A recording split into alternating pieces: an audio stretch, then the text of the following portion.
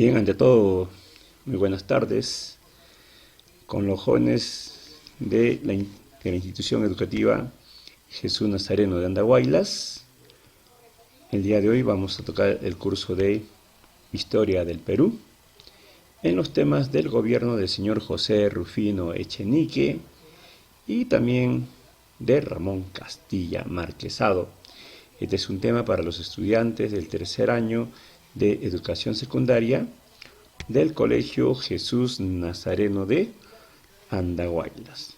Bien, el señor José Rufino Echenique fue presidente entre los años de 1851 a 1855.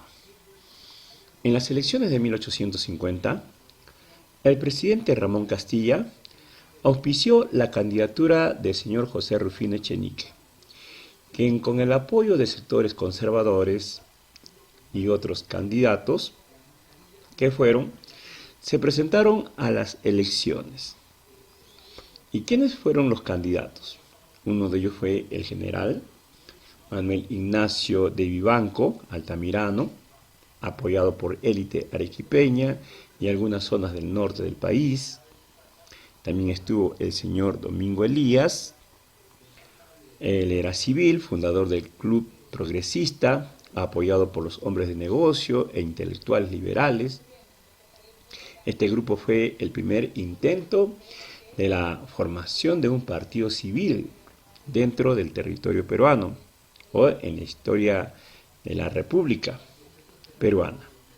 También tenemos, el general Antonio Gutiérrez de la Fuente, que también fue candidato, el general Miguel de San Román, el general Pedro Pablo Bermúdez, y dentro de todos ellos, Echenique fue el triunfador de esta elección, que a decir del historiador Jorge Basadre, dice que Echenique fue elegido en el primer proceso electoral verdadero de la historia del Perú republicano. Entonces, el señor José Rufino Echenique va a gobernar de 1851 al 54. Su elección se dio al término del gobierno o mandato del señor Ramón Castilla en su primer gobierno. Convocó a elecciones, saliendo elegido el general Echenique. Y Echenique fue apoyado por el gobierno del señor Ramón Castilla, aunque tuvo muchos opositores. Echenique va a asumir el mando el día 20 de abril de 1851, teniendo como misión seguir con la gran obra de su antecesor. En este caso, estamos hablando del señor Ramón Castilla. Por ejemplo, vamos a ver algunas obras que se hicieron en el gobierno del señor José Rufino Echenique. Por ejemplo, en la parte interna, en lo interno, prácticamente se dio, que llevado por el propósito de dar impulso a la agricultura en el Perú, se emprendieron diversas obras de irrigación tanto en la costa como también en la sierra, y se habilitaron tierras de cultivo en los departamentos de Huancavelica, La Libertad, Lambayeque, Lima, Tacna y también en la región Ica. Prácticamente el señor Echenique, llevado por el mismo trabajo desarrollado por el señor Ramón Castilla, propuso la construcción de importantes yacimientos de agua. En este caso estamos hablando de represas, para que de esa manera se pudiera irrigar los campos de cultivo.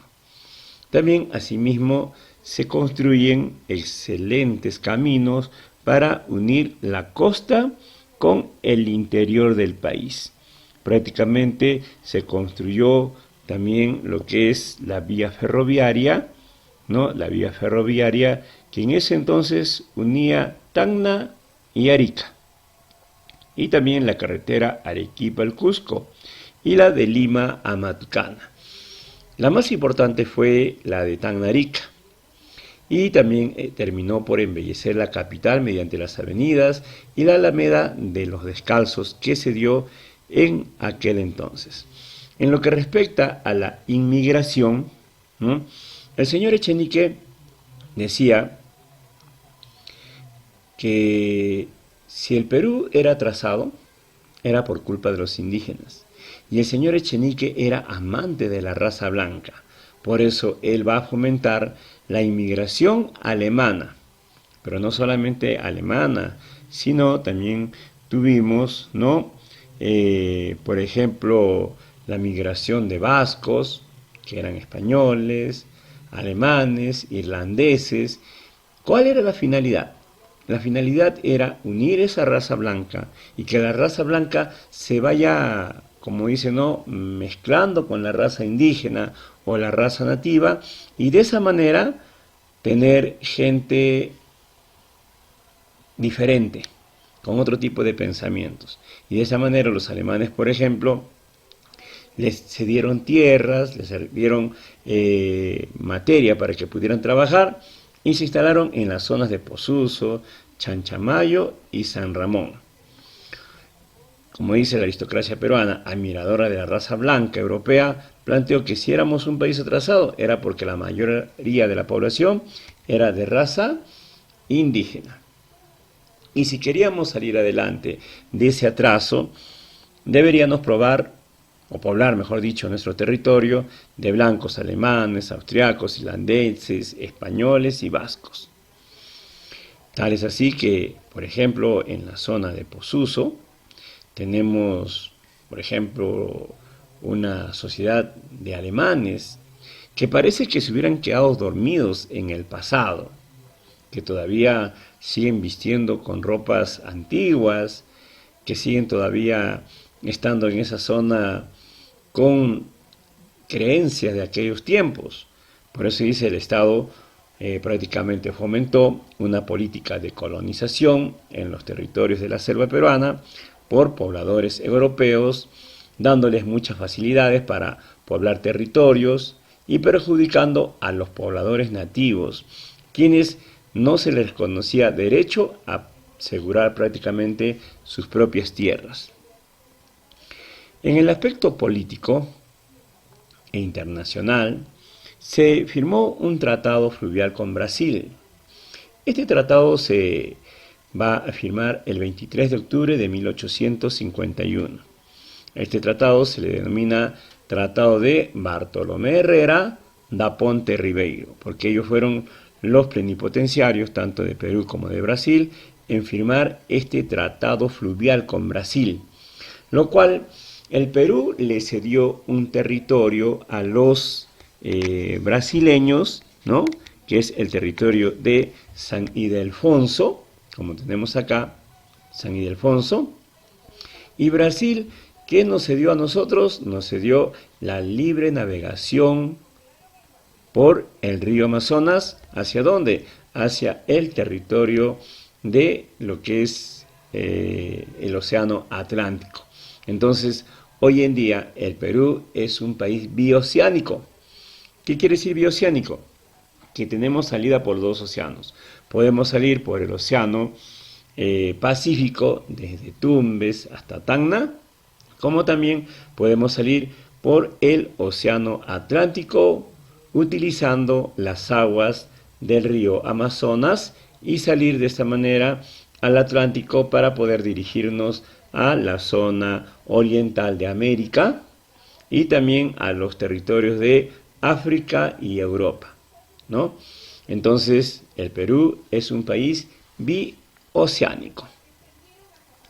Aparte de ello, también el pago de la deuda externa en América, dice la prosperidad económica, también permitió el arreglo de la deuda externa, especial la deuda que se tenía con los gobiernos de Colombia, Venezuela, también con los gobiernos de Chile y también Bolivia. ¿Qué había pasado? Es que colombianos, venezolanos, bolivianos, chilenos, peruanos, ecuatorianos, ellos lucharon ¿por qué? Ellos lucharon por la consolidación de la independencia del Perú.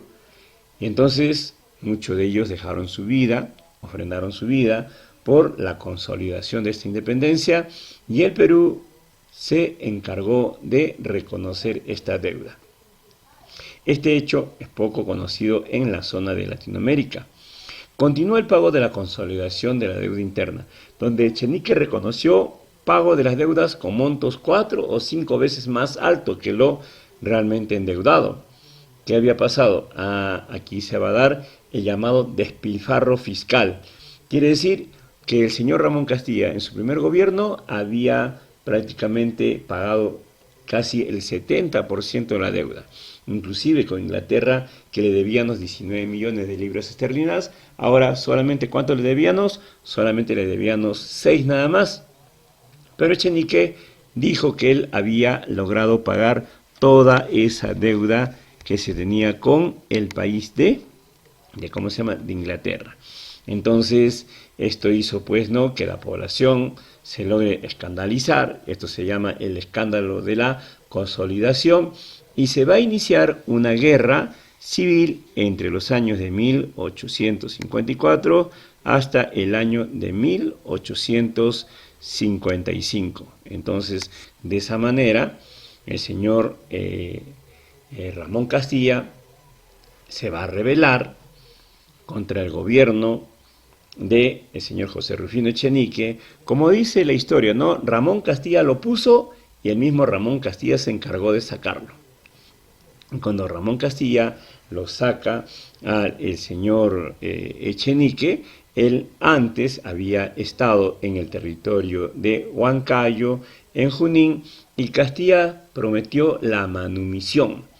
¿Y qué era la manumisión? La manumisión era el pago, ¿no?, por la negociación con los propietarios de esclavos que tenía en el Perú. Quiere decir, habían propietarios que tenían hacendados, ¿no?, que tenían 10, 20, 30, 50 esclavos negros, y mediante el pago de la manumisión que el Estado peruano le pagaba a cada dueño de los esclavos un precio de 400 pesos, lo cual prácticamente se tenía que liberar. En el Perú existían en sí más de 16.500 esclavos negros, ¿no? Pero lo que pasa es que en aquel entonces el Perú terminó finalmente reconociendo la deuda de 25.500 esclavos, incluyendo a los que ya no eran esclavos. ¿Por qué? Porque estos habían nacido después del 28 de julio de 1821. Ustedes saben que el señor don José de San Martín consolidó la independencia del Perú, y ahí se dio la llamada Ley de Vientres Libres. Quiere decir que todo aquel que nace después del 28 de julio de 1821 era considerado hombre libre. Era considerado hombre libre. Entonces, el señor Ramón Castilla va a ser, pues, quien le va a dar la libertad y va a romper la cadena de la esclavitud de los negros en el Perú. Y también tenemos que Castilla dice, desde su cuartel en Huancayo, en plena guerra civil contra el presidente Echenique, dio el decreto del día 5 de diciembre de 1854, con el cual se decretaba la libertad de todos los hombres que pisaban el territorio peruano. En este caso, no solamente era la libertad de los esclavos negros, sino también de los indígenas sometidos prácticamente por el gobierno de Echenique. Y por esa inmensa obra, el señor Ramón Castilla ha quedado consagrado como el libertador del indio y del negro. ¿Ya? El libertador del indio y del negro. Ustedes saben pues que los españoles, los portugueses comercializaban el tráfico negreros de África hacia el territorio de América en tiempos de la colonia o el virreinato. Y también, por último, tenemos que en el año de 1854, Castilla, apoyado por los liberales, quiere decir por el Parlamento, comienza a gestar la famosa Revolución Liberal, la misma que originó la caída del señor José Rufino Echenique, luego de derrotarlo en la batalla de Iscuchaca y la batalla de La Palma en Lima, la que se llevó a cabo el día 5 de enero del año de 1855. Entonces, de esa manera, el señor José Rufino Echenique, y vuelve a la presidencia nuevamente el señor don Ramón Castilla Marquesados, ¿no? Aunque también tuvimos algunos problemas en la parte externa, ¿no? Como por ejemplo existieron los problemas con Colombia a raíz de que ese país designe como embajador a Obando, a quien se le designaba como cómplice del asesinato de Sucre. También hubo nuevamente problemas con Bolivia debido a la emisión de moneda feble. El gobierno peruano envió al ministro Mariano Paredes, el cual no fue recibido por el gobierno boliviano. Y también con Ecuador hubo problemas debido a que el general Flores estaba armando una expedición en contra de su propio país. Echenique se vio en la necesidad de expulsar a este militar que comprometía nuestra seguridad internacional. Bien, jóvenes, este es el temita para esta semana, para la 9ª semana de la institución educativa Jesús Nazareno de Andahuaylas. Quien les habló es el profesor Juan José Atoche Garay del Colegio Jesús Nazareno de Andahuaylas. Que tengan un buen día. Gracias.